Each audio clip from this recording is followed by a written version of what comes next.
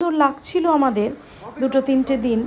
আমার মনে হয় আশেপাশে হয়তো ছোটোখাটো ঘোরার জায়গা আছে, যেমন রুমটেক মনাস্ট্রি, গ্যাংটক থেকে সবাই যেগুলো যায় সেগুলো, কিন্তু আমার মনে হয় এই জায়গাটাতে নিরিবিলিতে বেশ কটা দিন বই পড়ে, গান শুনে, গল্প করে নিজের পরিবারের সাথে কাটিয়ে দিলে মন্দ হয় না। রিসর্টটা সত্যিই খুব সুন্দর এবং এদের সুইমিং পুল এত সুন্দর লেগেছিল আমাদের, পুরো ঢাকা সুইমিং পুল, কিন্তু খুব ঠান্ডা থাকে তো সেই জন্য সবসময় জলে নামা যায় না। জলে নামার সময় অনেক সময় গরমের দিকে জলেও নামা যেতে পারে। বেশ সুন্দর সুইমিং পুল এবং এখান থেকে পাহাড়ের যে দৃশ্য সেটাও কিন্তু খুব সুন্দর।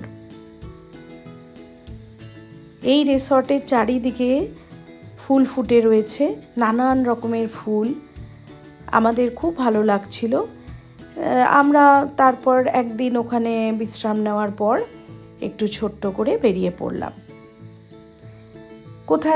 কোথায় যাব, কারণ গ্যাংটক বেশ কয়েকবার এসেছি, রুমটেক মনাস্ট্রিও দেখেছি, তাই রুমটেক মনাস্ট্রি আর এবার গেলাম না।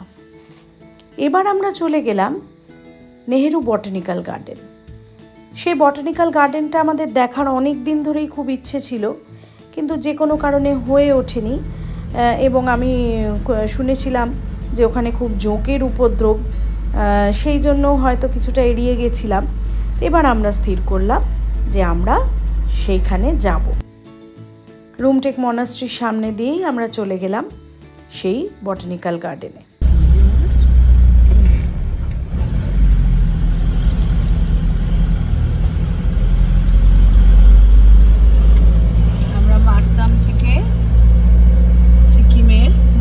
এসেছি মারতাম থেকে আমরা যাচ্ছি গ্যাংটকের দিকে, বটানিক্যাল গার্ডেন দেখব, যেই আমাদের ইচ্ছে রয়েছে। তো রাস্তাটা দেখতে পাচ্ছি খুব সুন্দর, ল্যান্ডস্কেপ এখানে খুবই সুন্দর। গ্যাংটক থেকে এটা মোটামুটি 30 কিলোমিটার দূরে একটা বেশ সুন্দর স্লিপি হ্যামলেট, ছোট্ট গ্রাম, খুব সুন্দর ছোট ছোট বাড়ি। তো সেখানে আমরা রয়েছি। এখন আমরা যাচ্ছি গ্যাংটক বটানিক্যাল গার্ডেন, পথে রুমটেক মনাস্ট্রি পড়বে, সেখান দিয়ে আমরা চলে যাব গ্যাংটক বটানিক্যাল গার্ডেন।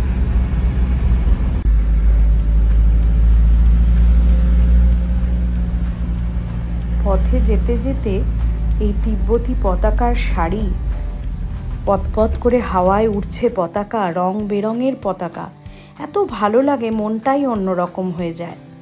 পথে যেতে গিয়ে আমাদের পড়লো একটা সুন্দর ভিউ পয়েন্ট। সেই ভিউ পয়েন্টে আমরা বেশ কিছুক্ষণ দাঁড়িয়েছিলাম। এই পতাকাগুলোর মধ্যে সমস্ত বৌদ্ধিক যে সমস্ত মন্ত্র এবং সেগুলো লেখা রয়েছে। এই পতাকাগুলো রং বেরঙের পতাকা, পাহাড় জুড়ে দেখতে বড় ভালো লাগে।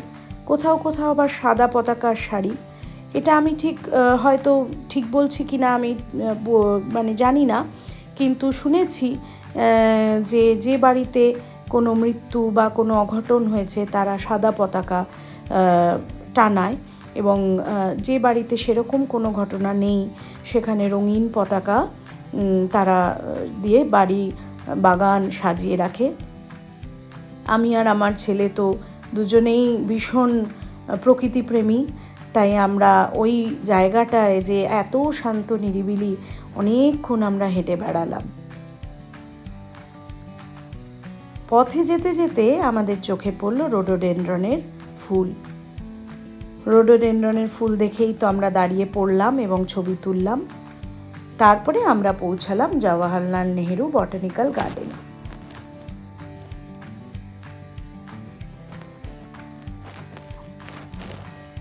এই গার্ডেনে গিয়ে আমার যে আশা ছিল, সেই ক্ষেত্রে আমি কিছুটা হলেও একটু আশাহত হলাম,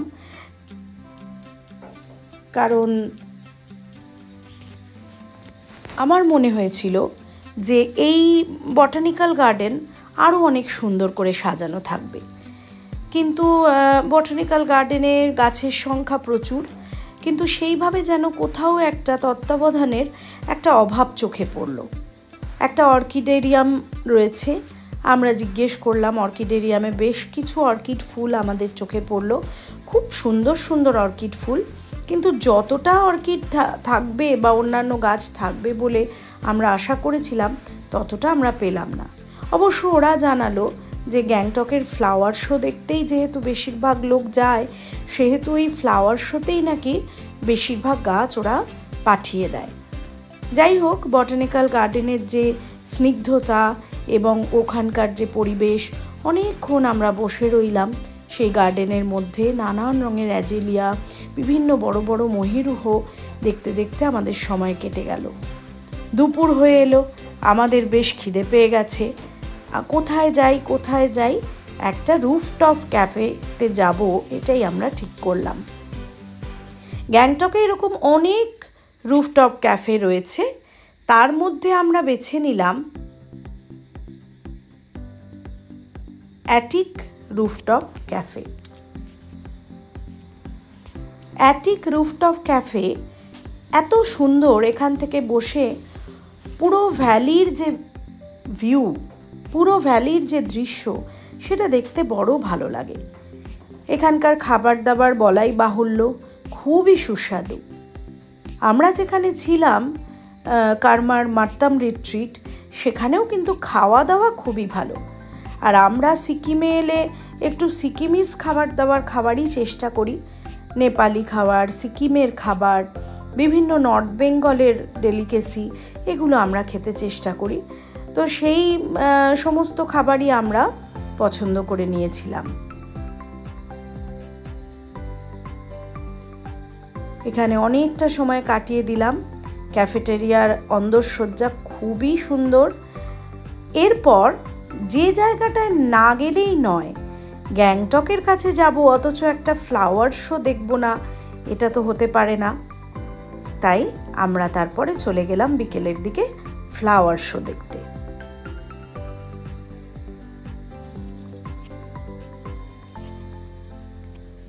ফুল দেখতে দেখতে দেখতে দেখতে আমাদের মন প্রাণ ভরে গেল। সত্যি গ্যাংটকের এই ফ্লাওয়ার শো এত সুন্দর, একটা ছোট্ট পরিসরের মধ্যে কত যে ফুলের গাছ, নাম না জানা, নাম জানা বিভিন্ন ফুলের গাছ, এবং তার যে রং যেন মানে আমাদের মন্ত্রমুগ্ধ করে দিয়েছিল। সেই ফুলের বাগানে অনেকক্ষণ আমরা বসে রইলাম।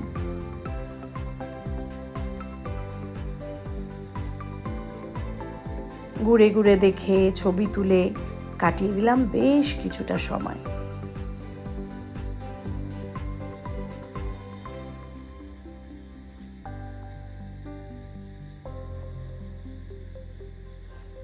যে ফুলটাই দেখছি মনে হচ্ছে যেন সেই ফুলটারই ছবি তুলি, এত সুন্দর।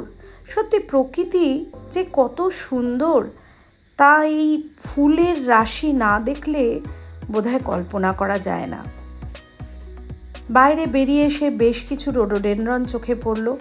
এটা একটা হলুদ রোডোডেনড্রনের ভ্যারাইটি, এটা লাল, যেটাকে আমরা বুড়াংশ বা বুড়াংশ বলে থাকি বিভিন্ন জায়গায়। ও, আপনাদের তো ঘরটাই দেখানো হয়নি। ঘরটা কিন্তু বেশ সুন্দর ছিল। আর বাঙালি কীরকম জানেন তো, বাঙালি হচ্ছে কোথাও গেলে সেই সবটুকু আনন্দ চেটে পুটে নিতে চায়। আমরা তাই 2-3টে ঘরে থেকে নিলাম ওইটুকু সময়ের মধ্যেই। তো এই ঘরটা আমাদের খুবই পছন্দ হয়েছিল। এই ঘরটা ছিল 5 তলার ওপরে, এবং সেখান থেকে রাতের দৃশ্য যে কতটা মনোমোহিনী সেটা তো বলাই বাহুল্য, সেটা তো আপনারা দেখতেই পাচ্ছেন। সন্ধেবেলা হতো কি, ওই রিসর্টে প্রতিদিনই গান বাজনার আয়োজন হতো, বনফায়ার হতো, এবং সেখানে স্ন্যাক্সের খাওয়া দাওয়া, বিভিন্ন রকম আয়োজন, গান গাওয়া, ক্যারাওকেতে বিভিন্ন গান গাওয়া, সব কিছুই সুযোগ সুবিধা সেখানে ছিল। আমাদের বেশ ভালো লাগছিল। আগুনের পাশে বসে বেশ কিছুটা সময় আমরা সবার সাথে খুব আনন্দ করে কাটিয়ে দিয়েছিলাম।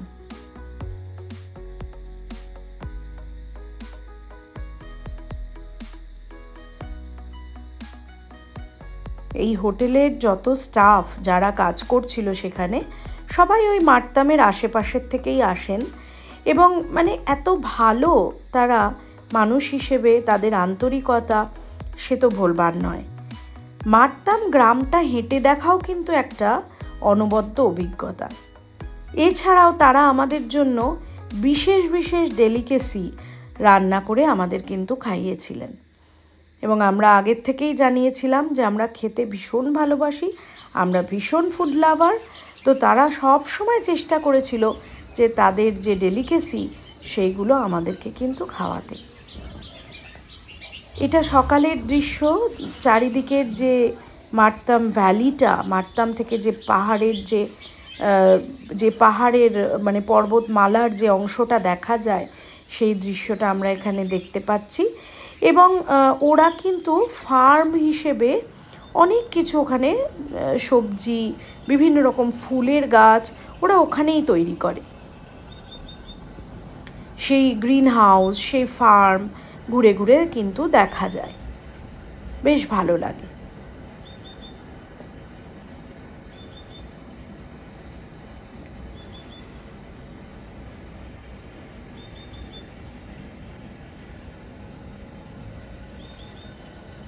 সব থেকে বড় কথা হলো এখানকার নিস্তব্ধতা। মনে হচ্ছিল যে বেশ 2-3 দিন ওখানে বসেই কাটিয়ে দিই। রিসর্টটা ঘুরে ঘুরে দেখতেও বেশ ভালো লাগে। ওই পাহাড়ের কোলে ওইটুকু জায়গায় তারা কিন্তু ভীষণ সুন্দর করে রিসর্টটাকে সাজিয়েছে। বসবার জায়গা, বিভিন্ন জায়গায় সোফা পেতে সেখান থেকে যাতে ভ্যালিটাকে সুন্দর করে দেখা যায় সেই ব্যবস্থা, কোনো কিছুরই অভাব নেই। আমাদের বেশ ভালো লাগছিল। আর প্রত্যেকটা করিডোরে, প্রত্যেকটা জায়গায় কিন্তু সাজানো ছিল অর্কিড। যথারীতি আমরা আরও একটা ঘর যেখানে থেকেছিলাম সেটারও একটু ভিডিও দেখাচ্ছি। আমরা গিয়েই সেই ঘরটাকে খুব অগোছালো করে ফেলেছিলাম এবং এখানে আদি গিটার বাজাচ্ছে। আমরা গান করে গিটার বাজিয়েও বেশ কিছু সময় কাটিয়ে দিয়েছিলাম।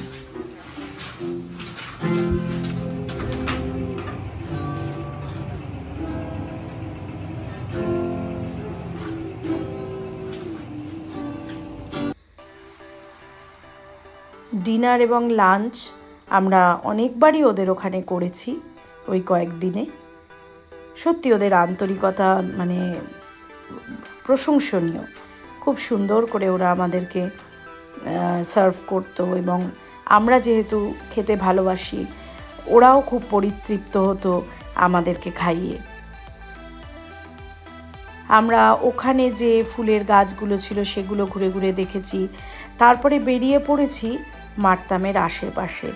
অ্যাপ্রিকট, চেরি ব্লসম সব গাছ কিন্তু ওখানে রয়েছে এবং ওখানে বেশ কিছু মনাস্ট্রিও রয়েছে, গুম্ফা রয়েছে, মারতাম গুম্ফা রয়েছে। এছাড়া সাং মনাস্ট্রিও ওখান থেকে কাছে। আর ভীষণ ভালো লাগছিল, গাছে গাছে হয়ে রয়েছিল কমলা লেবু। অনেকগুলো কমলা লেবুর বাগান আমাদের চোখে পড়েছিল।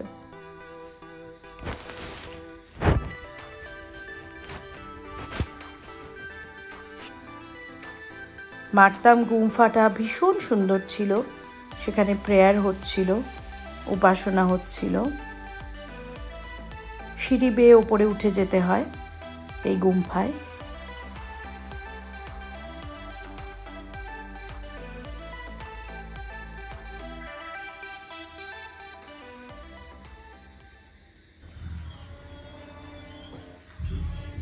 যে কোনো গুম্ফায় গেলেই মনটা এত ভালো হয়ে যায়। এই গ্রামে হেঁটে বেরিয়ে এই গুম্ফায় গিয়ে এই গাছ, এই কমলা লেবুর বাগান, এই সমস্তর মধ্যে থেকে সত্যিই আমাদের খুব ভালো লাগছিল।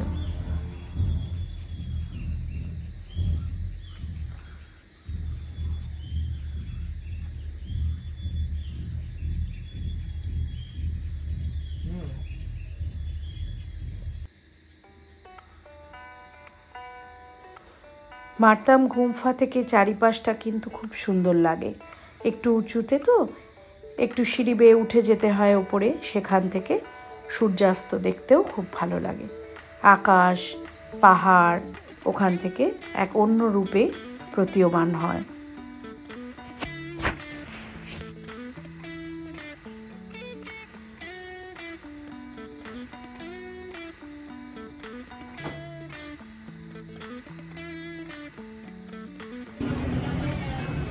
এবার ফেরার পালা। আর তো থাকা যাবে না, এত সুন্দর জায়গা ছেড়ে আসতে কষ্ট হচ্ছিল, কিন্তু আর তো ছুটি নেই, সেই তো আবার কাজ, আবার সবার ব্যস্ত জীবনে ফেরা। আর কাজই তো হচ্ছে ঈশ্বর, সুতরাং কাজের কাছে ফিরতে হবেই বারবার। তো আমরাও ফিরে এলাম। ফিরে আসার পথে আমরা একটা জায়গায় মাঝখানে রাস্তায়, মানে পাহাড় থেকে নামার সময় আমরা ব্রেকফাস্ট করেছিলাম এই ক্যাফেটেরিয়াতে। আমি বারবার বলবো, যদি সময় পান, যদি কখনো পারেন, এই তিস্তা দেখা যাচ্ছে, এই ক্যাফেটেরিয়া এত সুন্দর, তিস্তা নদী পাশ দিয়ে বয়ে চলেছে, এবং এই ক্যাফেটেরিয়া মানে যে ঝুল বারান্দা, সেখান থেকে বসে ভীষণ ভালো এদের চা, দার্জিলিং টি, কফি আমাদের ভীষণ ভীষণ ভালো লেগেছিল। বিভিন্ন রকম টিবেটান ফুড এরা কিন্তু সার্ভ করে। আমাদের এখানকার চা, এখানকার কফি, এখানকার মোমো, এখানকার সমস্ত খাবার আমাদের খুব ভালো লেগেছিল।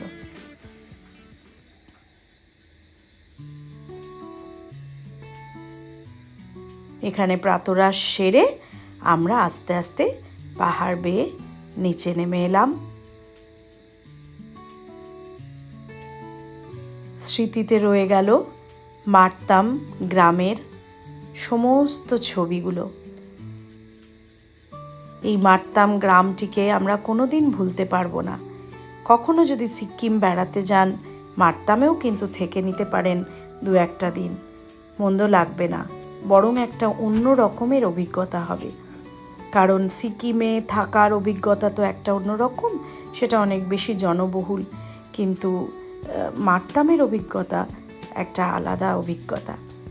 তো সেই সমস্ত স্মৃতি নিয়ে ফিরে এলাম। সিকিম ক্রিকেট গ্রাউন্ড দেখে আদি সেইখানে নেমে বেশ কিছু ছবি তুললো, এবং সেই জায়গাটা দেখা হলো খুব সুন্দর করে ঘুরে। তারপরে আমরা আস্তে আস্তে পাহাড় বেয়ে নেমে পড়লাম সমতল ভূমিতে।